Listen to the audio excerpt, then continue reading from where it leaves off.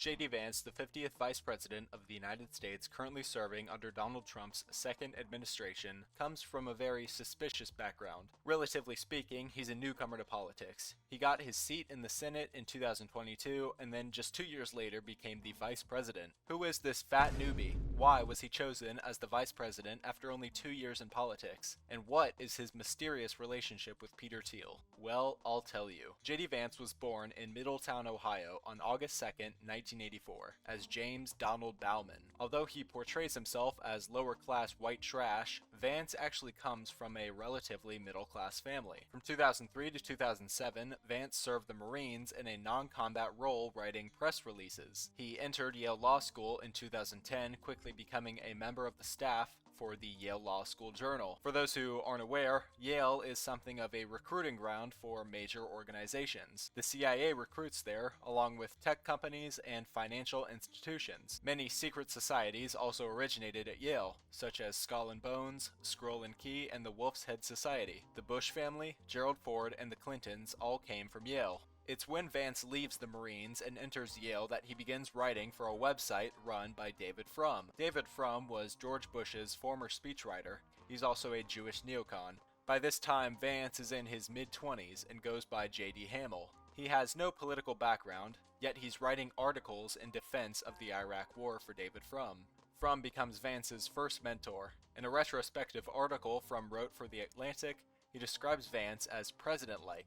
He believed that even when Vance was a nobody blogger writing pro-Iraq war articles that gained no traction, he would become the future Republican president who would lead the conservative movement.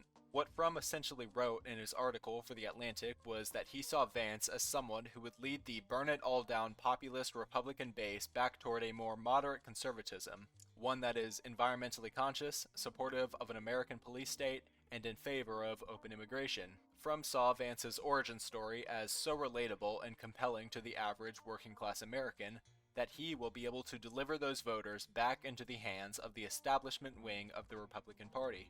Frum encourages Vance to write a memoir, along with Amy Chua, an author with connections to the CIA. Chua introduces Vance to his future wife, Usha, who's a fellow Yale Law School student. The third backer of Vance's book is Peter Thiel. Now, who is Peter Thiel? After graduating from Stanford University in the early 90s, Peter Thiel, along with two Jews, Max Levchin and Luke Nozick, founded PayPal, a financial technology platform. Since it was the early years of the internet, Peter Thiel and his gang required a professional overseer. So, the Israeli-Jewish head of the cryptography department at Stanford University helped them out. Peter Thiel made millions from PayPal. In 2002, he sold the company to eBay for $1.5 billion. The following year, Thiel, along with Joe Lonsdale and Alex Karp, founded Palantir. Palantir is a data, analytics, and software company that also develops surveillance and intelligence technology for world governments. During its first 7 years, Palantir was contracted exclusively by the CIA. After 2007, the company expanded into other government departments, with its software being introduced to the NSA, the FBI, the DHS, the HHS, the CDC, the DoD, the US Army, the IRS, and more. Peter Thiel is by far one of the most powerful individuals in the United States today, and his net worth of around $30 billion is severely understated. Palantir also has a strong linkage to the Israeli government. Palantir supplies Israel with artificial intelligence and data analytics software technology, which they then use to massacre Palestinians. In 2011, Peter Thiel delivered an address at Yale, which J.D. Vance attended. The two met afterward and began an email correspondence. Vance describes meeting Peter Thiel as the most important thing that ever happened to him in his life. After graduating from Yale, Vance becomes a litigation associate for a short period before moving to Silicon Valley, where he worked at a biotech company called Circuit Therapeutics. The company's owner reportedly hired Vance only as a favor to Peter Thiel. Eventually, Vance is hired by Peter Thiel to work at his venture capital firm, Mithril Capital. Vance effectively worked a no-show job at Mithril. His colleagues reportedly never even saw him in the office. Why was this? Well, Peter Thiel had given Vance a sinecure so he could stay home and write his memoir, Hillbilly Elegy. Thiel also paid Vance to travel around promoting the book. He appeared on the Aspen Institute, on CNN, and at various universities. Why did David Frum, Amy Chua, and Peter Thiel all want Vance to write a memoir? so they could pave the way for a Vance presidency. The book's purpose was to serve as a public endearment campaign for J.D. Vance's character. In 2015, Donald Trump announced his candidacy for President of the United States. Trump ran as an unconventional Republican populist, essentially opposing the platform that Vance was promoting at the time. Vance was adamantly against a Donald Trump presidency, referring to himself as a never-Trumper, and even privately comparing Trump to Hitler. I'm a never-Trump guy. I never liked him. And I've noticed this willingness from people who think a lot like I do. Vance didn't vote for Hillary Clinton in the 2016 election. Instead, he voted for Evan McMullin, a former CIA operative who ran as an independent candidate in hopes of taking votes away from Trump in his home state of Utah. McMullin was selected to run as a spoiler candidate by Bill Kristol, a Jewish neocon and friend of David Frum. After Trump won the presidency and was inaugurated in 2017, Vance held a private meeting with his closest allies. David Frum, who attended, recalls it as a Vance for President meeting. There was panic within Vance's inner circle. They needed to figure out how to secure a Vance presidency after the unexpected victory of Donald Trump. Vance continued to criticize Trump, hoping that by undermining and discrediting him, he would benefit politically. Ultimately, Vance's strategy was unsuccessful, so he moved back to Ohio and gradually shifted toward a more pro-Trump stance. Vance's next move was to pursue a seat in the Senate. He recognized that Trump had become a dominant political force, and that securing his endorsement would be crucial. What happened next was that Peter Thiel called Trump and arranged a meeting between Trump and Vance in 2022. Trump agreed since Thiel had been one of his earliest campaign donors. The meeting was held at Mar-a-Lago in the summer of 2022. Vance apologized for his harsh behavior. Trump accepted the apology and welcomed him in with open arms. After the meeting, Peter Thiel donated $15 million to Vance's campaign, causing him to win the election. Vance's ascent from a never-Trumper to a Trump-endorsed senator is, to say the least, abnormal. After only a year and a half of serving in the Senate, Vance was tapped by Trump to be his vice president. In 2016 and 2020, Silicon Valley was fully behind the Democrats. Facebook, Google, Microsoft, and other tech companies donated millions of dollars each to Democrat super PACs, with figures such as Mark Zuckerberg alone donating $350 million. J.D. Vance was the one who convinced Silicon Valley to go behind Donald Trump in the 2024 election.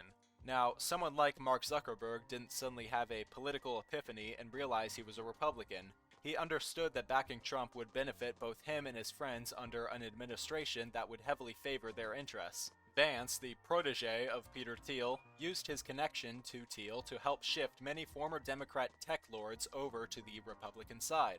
Jacob Hellberg, a gay Jewish Silicon Valley player, became one of Trump's first major donors in the 2024 election.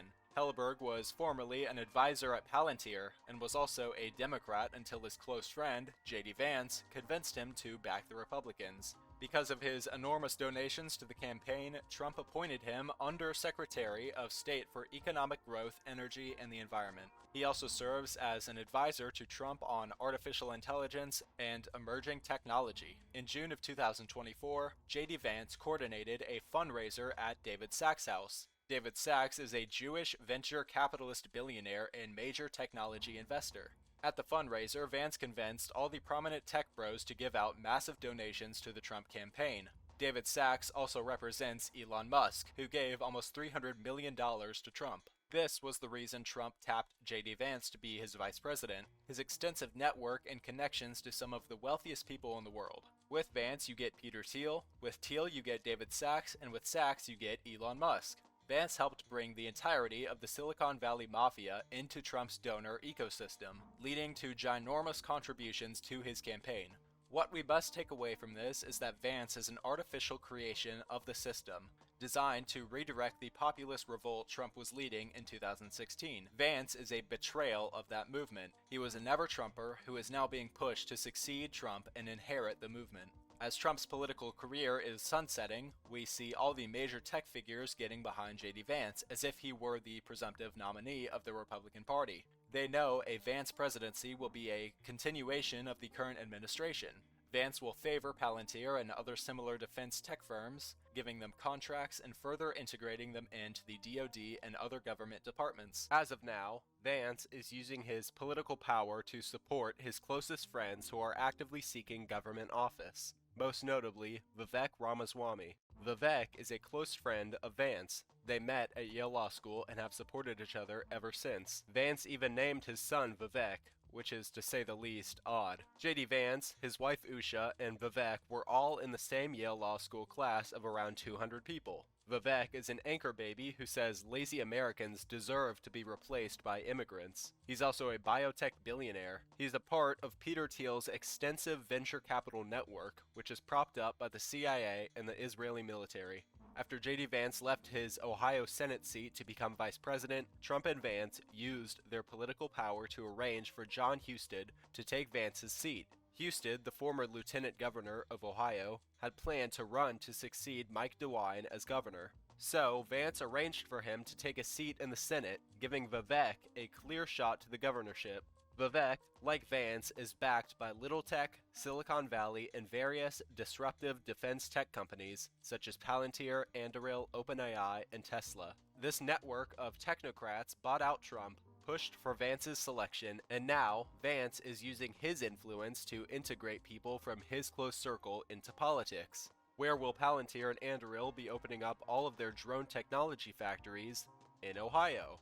J.D. Vance steered money from Peter Thiel into Anduril when he was working for Thiel's venture capital firm. Recently, Vance brought his son Vivek to vote for Vivek Ramaswamy in the Ohio Republican primary. With Vance as vice president and Vivek as Ohio governor, they will give Anduril favorable jurisdiction to open massive drone factories and then secure government contracts from the Department of Defense. This is the level of corruption behind J.D. Vance, and this is why Vance's political career has to be finished and gone for good.